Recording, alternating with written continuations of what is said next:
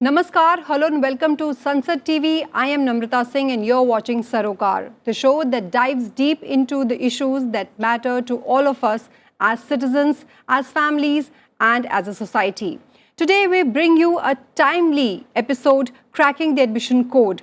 For lakhs of students across India, entrance exams like CUET, NEET, JEE and others bring a wave of hope, uncertainty and immense pressure.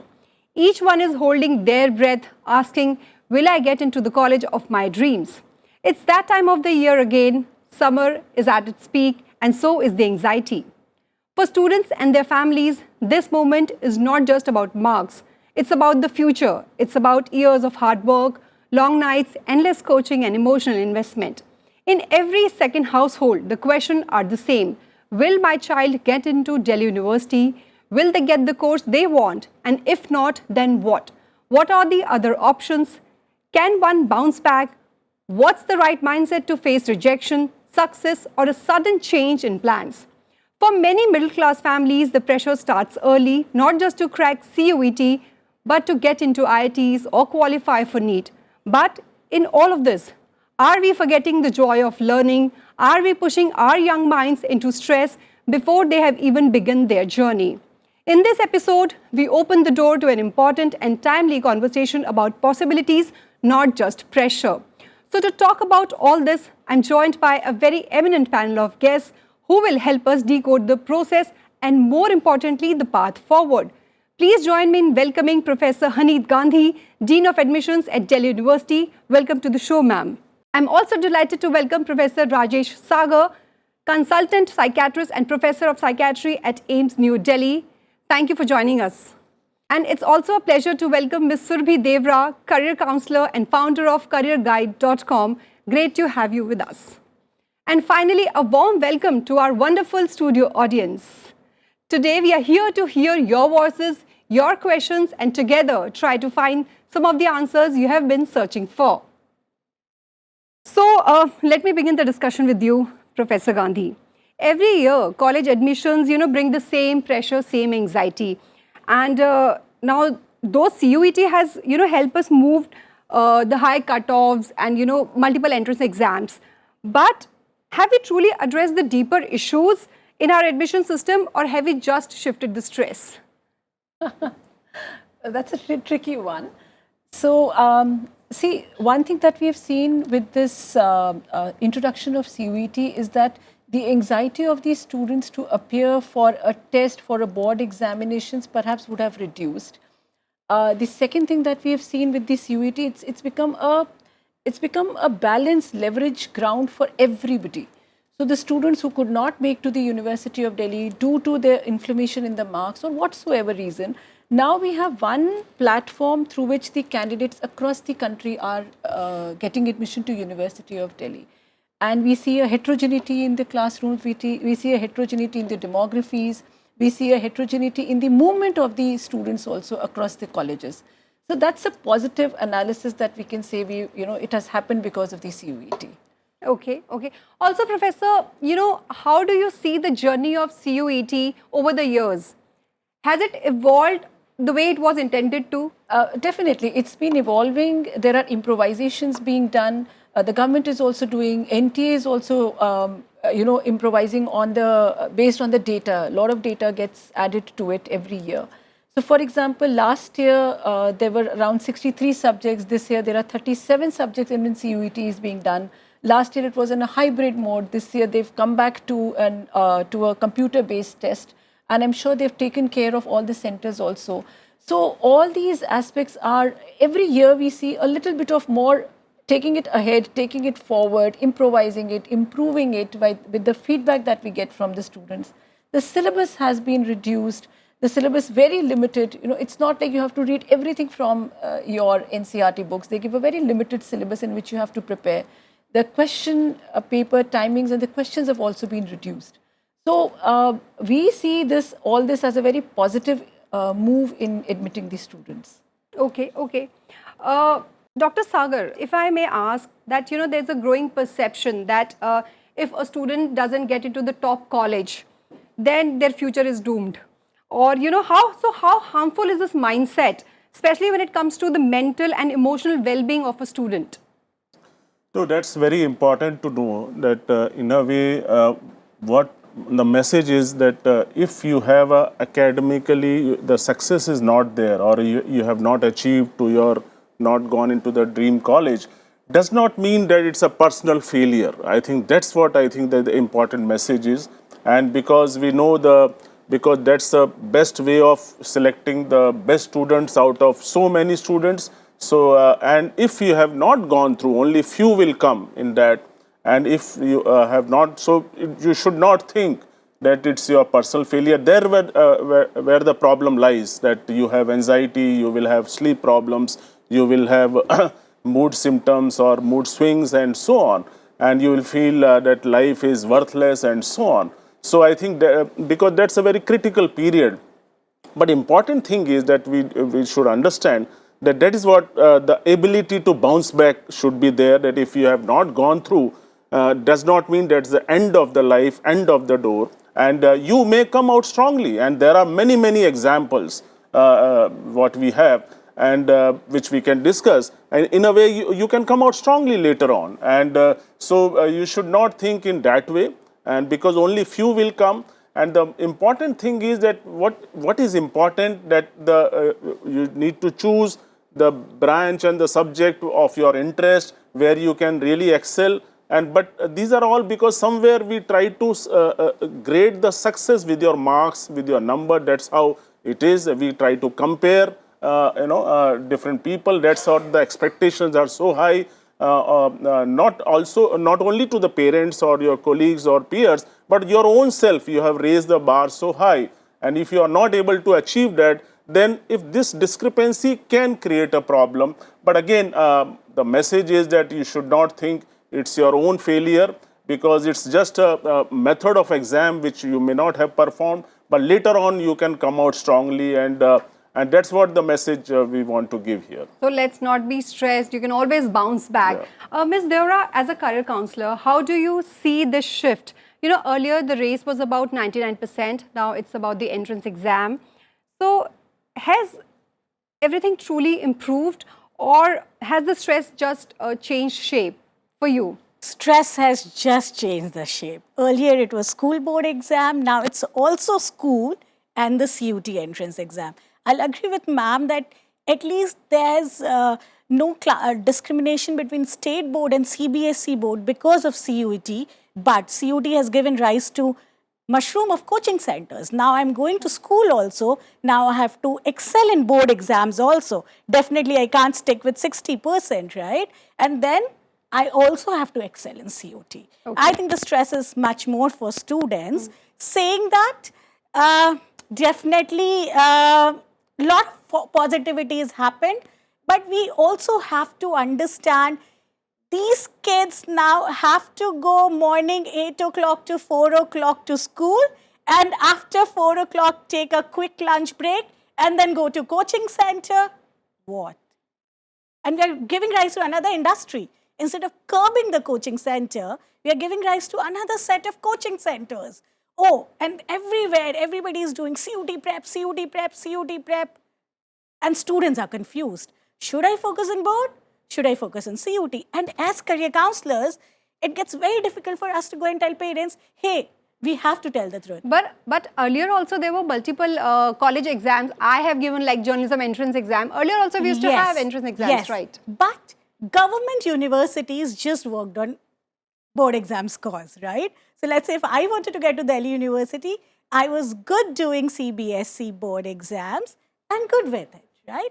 And then there was definitely specialized, which still is there. Okay. Right.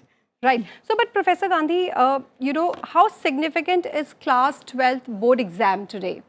Correct. So I like to add, taking what ma'am said, that first of all, Delhi University took a very conscious decision that you give your CUET paper only in the papers that, only in the subjects that you've studied in class 12th. Right. This step was very, very conscious only because, we knew that, yes, if somebody has to study a subject that you've not studied for the past 2 years, you would need some extra additional help. We don't want you to do that. You give CUET in the subjects which you've studied in class 12th. CUET is also based only on the NCERT textbooks. Rather, the syllabus is little less. The only difference is that perhaps there are long answers that you have to answer in CBSE, and in CUET it's a MCQ based system. But we've been told by many boards that very soon the assessment pattern is also going to change. In fact, they have changed it also. They are also preparing their students on the pattern of CUET. So, I mean, at least personally I say, and then we did a little informal study in our colleges also, the top colleges in which students have taken admission, and informally we, not a formal data, but yes, when they take admission, they definitely come to my office and meet me. Right. So I often ask them whether, did you take any additional coaching? And we were very happy to know, and then I can quote them also here, that most of the students who made to the good colleges of the university did not take any additional help. They did not have to go to any so-called any preparation centers. So that's something that, you need to, the students need to understand that if you're studying your class 12th examination courses very diligently, seriously, perhaps you may not need any coaching. It just probably, we feel a little lost, and maybe our psychiatrist friend can then throw a light that you feel that it's a left out feeling that you undergo. That everybody is going to coaching centers, I am not going. So perhaps, and that rush to, and the race to make it to the colleges perhaps make them and their parents more anxious. But honestly, if you ask me, I would suggest that you concentrate on what you've studied in class 12th, revise it, because within 2 months, you have to appear for CUET. Also, I wanted to understand from you that what about students who haven't scored maybe 99% or 100% in CUET and they don't get through the top colleges?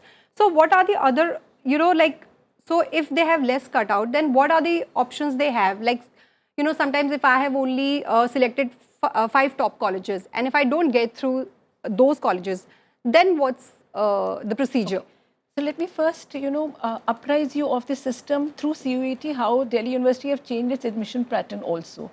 Now the admission pattern, we have 69 colleges. We have around 1,559 program plus college combinations. All this is available only through one platform, which is called the Common Seat Allocation System, the CSAS. And the students sitting here are already aware of the CSAS pattern as well.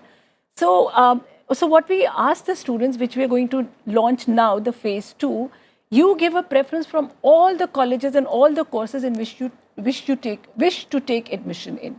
And that doesn't leave you only with the limited choice of just 5 colleges.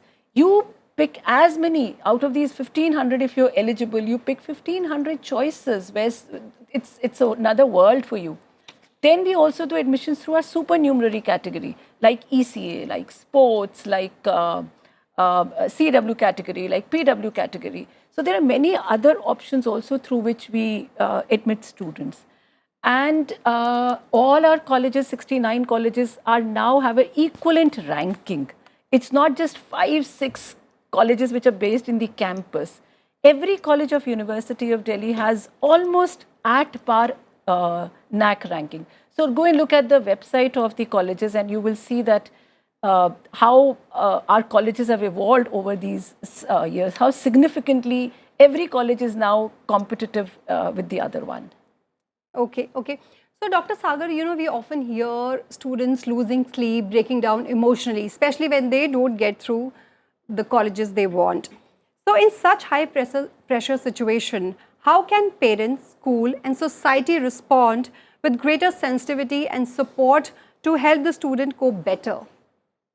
I think that's a very important point, and we see that a lot of the families, the children, adolescents, and they visit our clinics during these time when the results are announced or when the exams are there. And a lot of government also has taken up a lot of initiatives related to the exam stress and so on. I think the most important thing is that if there are these symptoms are there, then you should not ignore it. And the role of family is so important, that to have a proper sleep, proper diet, and some kind of activity, taking time off. Sometimes what we advise, your reading skills, and not putting so much pressure on yourself. I think because what has been found that to have dreams, ambitions are fine, because that will motivate you. We always say that, okay, that's fine. But putting a lot of pressure on yourself actually can be harmful, and because anxiety may be there, and even there are instances of depression and sleep problems, and again there is a vicious cycle is there, because they want to study just before the day of the exam and just keep on studying whole night, and next day they feel sometimes they are frozen, and lot of anxiety is there when they see the paper, and they feel lost. feel lost, and so on. So the message is, take it like any other day. I think as a psychiatrist, as a mental health professional, I can say that these are all just numbers. Again, I am saying that, okay, you have done your best, but try to see that how you can cope with the stress, how you can handle the stress. I think these are some of the important lessons of the life. And if you have not got a success in one time, does not mean that you are good for nothing. And so there are always the next chances are there, and it is important that is what always in my clinic I ask, that okay, when they come to us, okay, you in the past how many times you had a failure, and there would be, in fact there are many examples that all of us have failures in our life. An important thing is how you have coped with that situation, and how you have handled that situation. And that is what we all need to teach our students, even and this is not the responsibility of a psychiatrist, even parents, teachers, they have to teach that, okay, these are the failures which are part of the life. So the message is, it's okay to be not okay. I think that's also we need to see, that even if there is anxiety and these symptoms are there, it's not the end of the world. And so you can, the ability, that's what we call the resilience, that how you can bounce back, how you can come out strongly. And there are many, many instances where, because it is something like the situation of exam, either there are some who can see it as a threat, some kind of fear may be there, or some see it as a challenge also. Okay, I will do it, I am taking as a challenge. So it is all your own perception. That is what we call as a cognitive appraisal, okay, that how you see the thing. You may see it as a threat, so again this exam is there, again I have to do, again I have to go through anxiety and so on. Some may see it as challenge, okay, I will do it, I will do my best, I will come out strongly, I will come out and but the thing is that again the role of parent, teacher is so important, because sometimes we try to equate, we try to compare, we try to say, okay, they got so much marks, why don't you come? Why you have not got into this college? Of course, a lot of sensitivity has come in parents now also. I must say this over the years with a lot of discussion, but that's very harmful. Sometimes parents, when they come to our clinic, hum to kehte nahi hai. We don't say that you should come to this college, we should come to. But the thing is that child has put their bar so high, because that is their own perception also. So the message is that we should teach these children that how to cope with the stress. Failure are part of life. I think that is what is important. And important thing is how you can get out strongly from this, and you will always have a second chance. And if these symptoms are there, you should not shy away from discussing that. Always we say, if you have a problem, then always talk about it. It does not mean you have to talk to a doctor or mental health professional. Even you can talk to your parents, your friend, and sometimes we always give a message, let's talk about it, let's express it. And that is why we always say that there has to be a safe places of expression of yourself, and that is very therapeutic also. And it's a normal to seek help also, because sometimes we put so much stigma around this, that okay, he has consulted this psychiatrist, this one, this person, and so on. I think that should stop now, because it's okay if you have a problem, if you have pain abdomen, we just go to the hospital and we get ourselves tested, and finally everything is fine. So similarly, if there is a problem, you should not shy away from seeking help. That is what we always say, that the way we take care of physical health, similarly we have to take care of emotional health also. Bilkul. I think that's Definitely. a very, and in that way, I think the message here is, emotional health is your own. The way we take care of physical, same way we have to take care of emotional health. We should not ignore it. We should not ignore it, and very well said. It's okay not to be okay. Ms. DEWRA, let's say a student doesn't make it to their dream college. So what practical, meaningful options they can explore? Okay, a very interesting question, because dream college, not getting into dream college is not end of life. Because there are lots and lots of colleges, universities, which I call them new age universities. Remember, students today have lot more options what we had 20 years back, 30 years back. These days, a good university or dream university is not the university where my parents studied, right? But a dream university, a good university or good institution should be where which will equip you for AI-driven world, a 21st century AI-driven world, and which will give you exposure, which will give you personality, which will give you ability to do internships, which will give you good opportunity to go to world of work. And there are ample of universities. It's just that there is a myth, or there is just a whole lot of conversation around government university versus private university, and we end up thinking, Namrata, that government universities are the only dream university we need to have. We need to understand, yes, government universities are subsidized, hence the same kind of infrastructure we get at lesser cost of education, but there are so many new age universities which will give you internships, which will give you study abroad exposure, which will give you guest lectures, which will give you AI thinking, which will make personality, which will give you communication skills. You need to find about those universities. And the good thing is, India has lots of them. Lots of them. Just in Delhi NCR, we have many of them. So the idea is, don't cry. I didn't get into this. First of all, take a deep breath, as Sir said, and know your careers will be good even if you don't make it to so-called dream university or so-called dream college.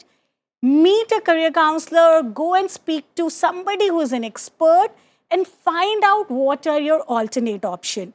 But very important cheat code which we give to all students and parents, just don't apply and fill application just for one college. Thinking, I am going to get in this is my dream. If I don't get, I am not moving ahead. That's not how it works. I will suggest minimum 5 to 7 application, fill it, block your seat, whatever application, whatever seat block money, they all are refundable by government guidelines. Block it, leave it. If you don't get your dream university, perfect. Go for your second option, go for your third option, but know that ample of options, ample. Getting into IIT or BITS is just not, if I don't get into, oh my God, I won't have a career. If I don't get into top 5 DU colleges, no, it doesn't mean you won't have career. You still will have a career. It's just that you will need to make that extra effort to plan your career.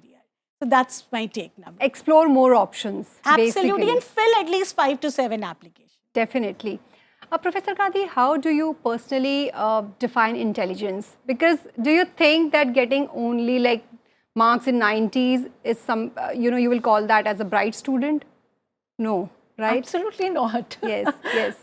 So let me first, I'm an educationist also because that's my parent discipline. So first of all, let me tell you how you grow in your life. And intelligence to me is your making an informed decision in these circumstances in which you are. It's a very simple process. Right now, wherever you are, you have some choices. Everywhere you'll have a choice.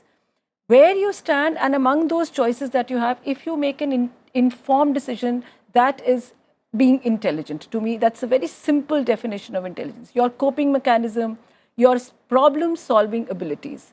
So, given the constraints, given your current situation, you make a best choice for yourself. Obviously, the circumstances will change.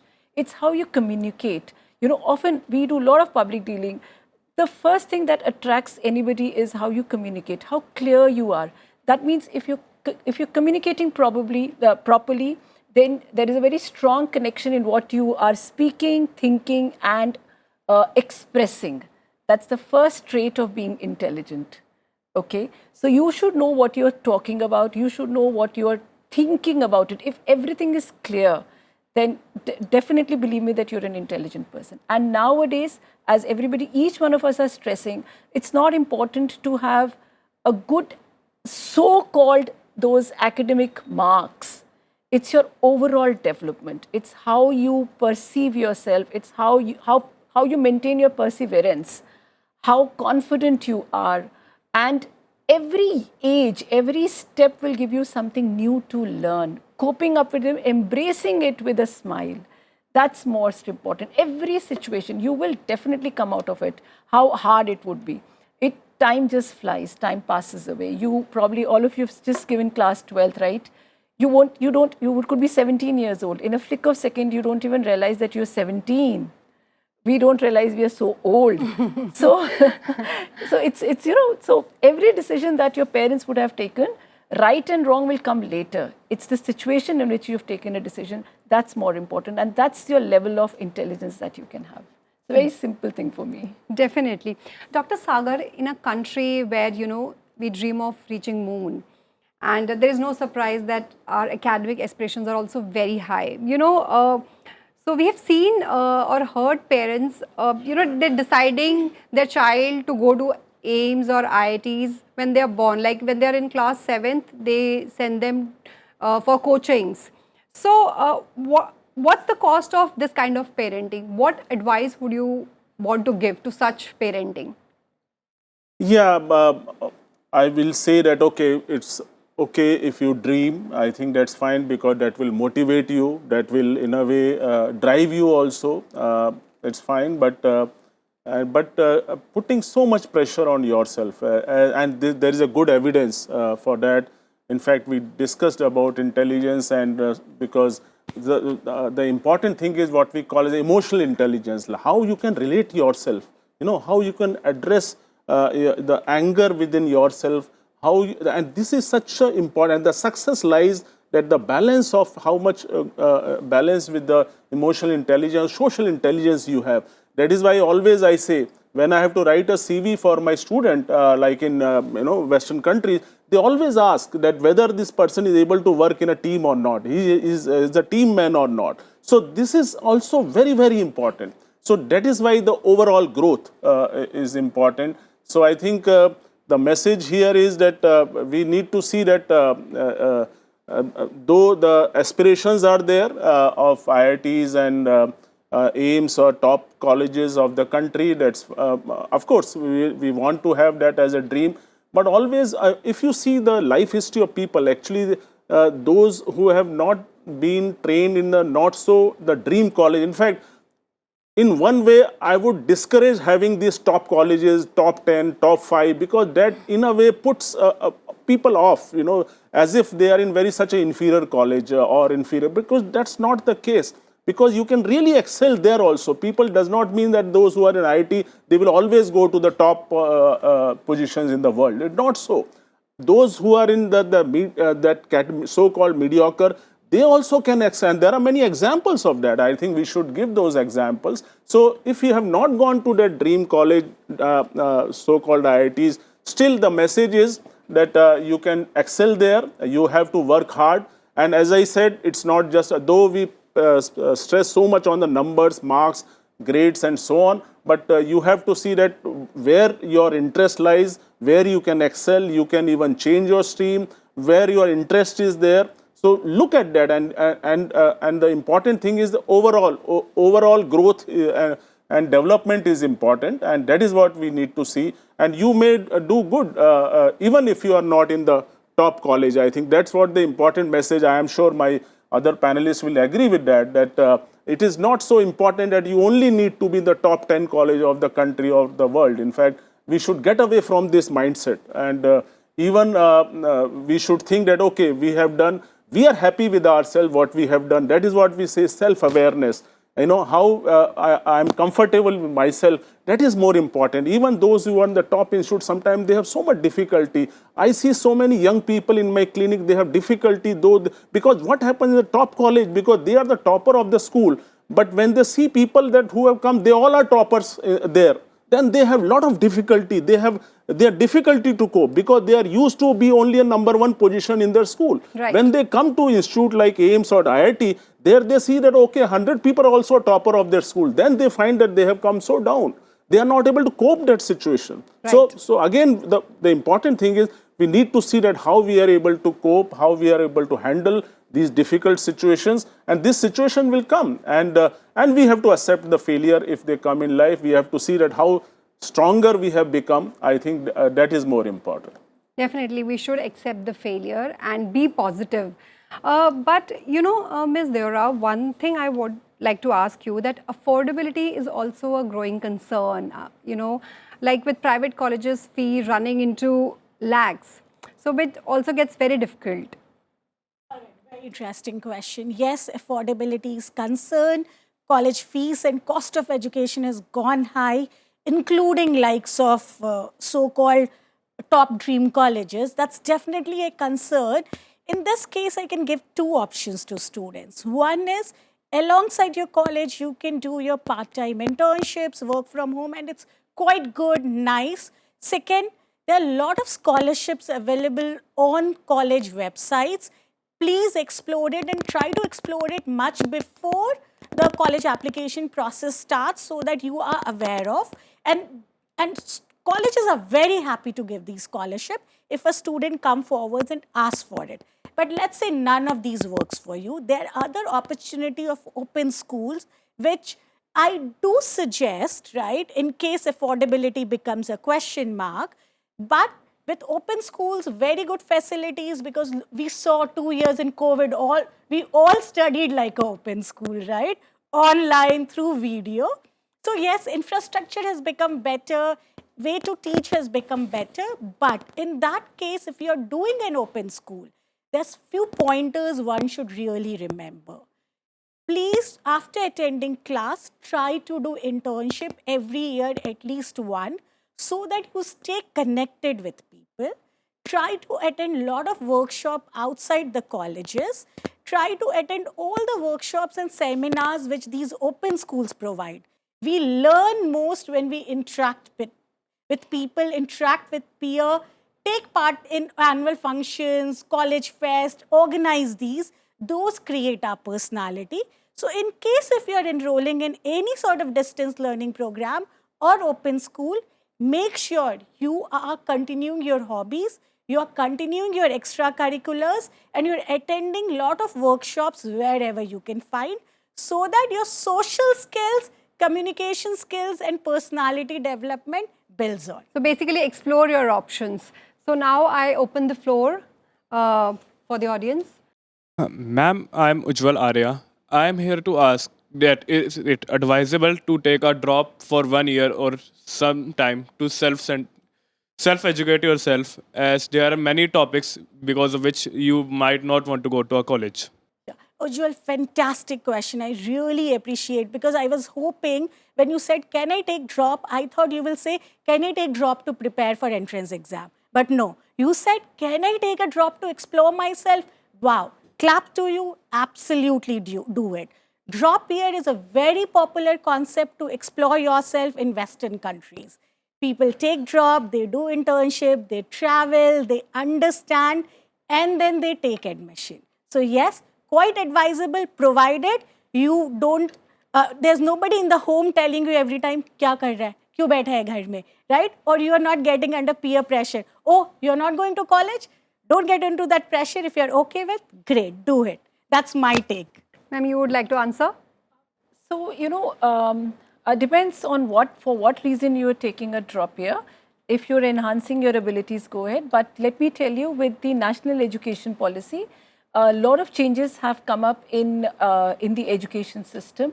If you're taking I would personally suggest that, as my panelist also said, that you should not feel that pressure of sitting at home all the time. But there is a lot of opportunities to do a dual degree as well. You can take a correspondence course or an online course along with a regular course. Some of the universities are even offering 2 regular courses, whereas Delhi University doesn't allow you to do 2 regular courses at a time. So I would suggest that instead of dropping it all together, perhaps you enroll yourself from at least one course, and then simultaneously if you get an opportunity to enroll for another course, so that you don't waste a year. Many people who could not make to the CUET this year, they can also come to our School of Open Learning, enroll yourself, and start, because the degree is same. So explore these opportunities in other universities also, because with the national education policy, there is a provision of multi-entry, multiple exit. You can take a course right now, you can exit after 1 year, you'll get a certificate. If you drop after 2 years, you get a diploma. If you exit after 3 years, you get a degree. If you exit after 4 years, then you get an honors degree with perhaps a research or an entrepreneurship or a project. So there are a lot of these opportunities which gives you an opportunity to take a break. If you wish to take a break, enroll yourself, take a break and then come back. As you have said in your answer that there might be many reasons to take a drop. Let's just say hypothetically there are some personal issues and you are not emotionally stable and you might feel burnout from all the study from 24/7. So is it good or bad? Well, that's a very subjective question.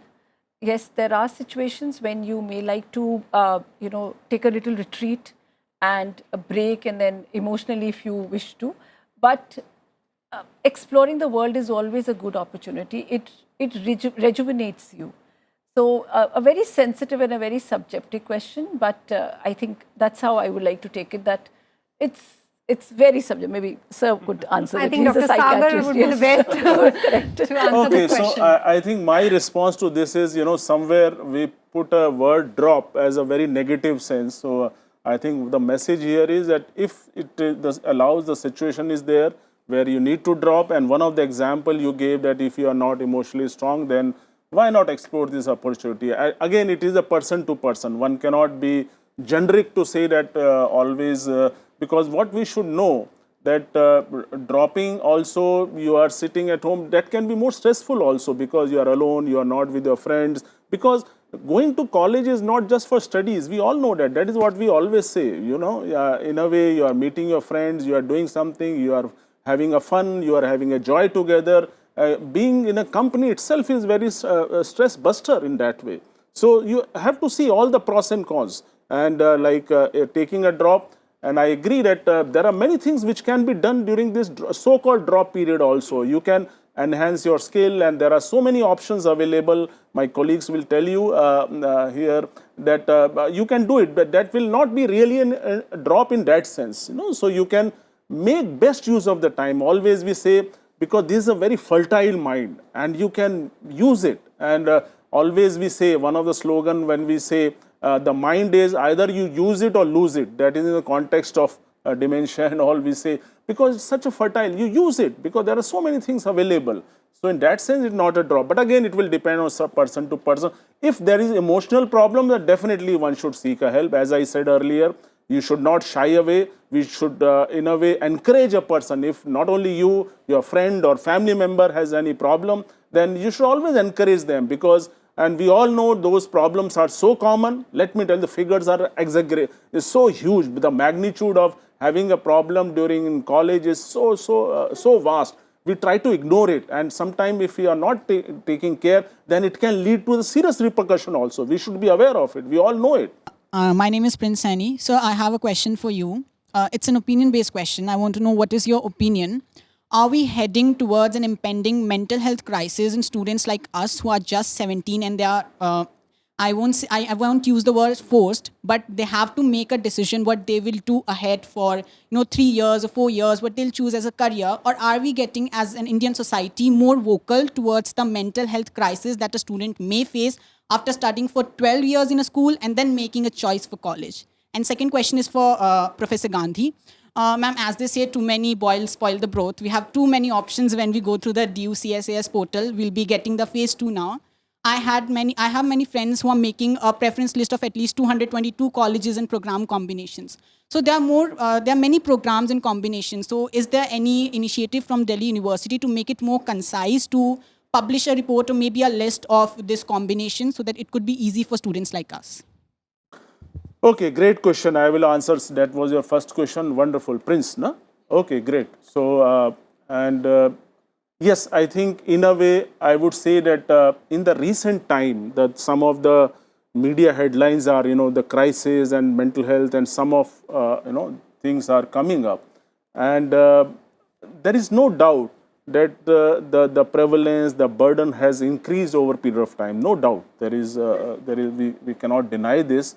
And but at the same time, to say that the crisis, I would not agree with that. It is, the important thing is that in a way, it is giving a message to people that if there is a problem, accept it and face it and take a treatment for that. And that's what, So because if you are not taking a help or treatment, then it may lead to a crisis, because help is available. Now, like I will tell you that whole of the country, in all district, we have a district mental health program, the country has now. And all the psychiatric patients can be dealt at the district level also. Leave aside all the medical colleges, 700 plus medical colleges. So help is available. I'm not talking of Delhi. Delhi, of course, there are many centers are there. Even outside Delhi also, the help is available now. Gone are the days where, you have to travel for long, to seek a help. So help is available. So the message here is, if you have a problem, because the problem comes when we try to put so much stigma attached to it, so which leads to the obstacles, which leads to barrier. We do not seek a help. A lot of people, they put a stigma. A lot of discrimination is there, which leads to more problem. So we should, if there is a problem, you should accept it, seek a help. Definitely. So basically, don't shy away from seeking a help. And ma'am, too many options. Okay. So, yes, so first thing, what we've done in our portal is that you will be shown only the programs in which you would be eligible in. As I said, there are options of 1500 plus combinations, but not every student is eligible for all the 1500 combinations. If you, for example, if you've not taken mathematics, some of the programs you are not eligible to. Similarly, if you've not taken any particular subject, which is mandatory, physics, chemistry, maths, that's a combination for sciences. If you've not appeared in CUET, those options will not come to you. So there is a first level of sifting that happens there. Only the programs in which you are eligible, you will only be able to select them. That's the first thing. The second thing that I want to give as an advice is that first you sort the programs in which you are most keen to take admission. All right, the program should take a preference over the college. Identify the courses in which you wish to take the admissions. First, make a list of those courses. Within those courses, then go for different colleges and see where your colleges lie. And then start juggling the list. That's the tip that I can give you. But couple of things that you should keep in mind is look for the program, look for the course, and rather than the college. So that should be your first thing to look up. As I said, that all colleges now are at part. And see the vicinity of the college from your home. If you cannot travel from one corner of Delhi to another corner, think about it, because our schedules are also, once you start your internship in the 4th year, once you start your projects, it gets more intense. We have our timetable runs throughout the day. Ma'am, I Rudraksh Tiwari. Ma'am, as per you said, there are new age courses. Ma'am, can you please recommend some underrated courses which are highly preferable for our future? A lot of parents think design is art and craft, but design gets paid equally well as an IIT engineers. They are very underrated. In fact, when we tell somebody that even IIT Bombay has a design course, then they agree. So design related careers would be one. Second, I can always recommend to careers related to communication skills, journalism and mass communication, because I believe in the age of AI, it's your communication which will help you beat the machine.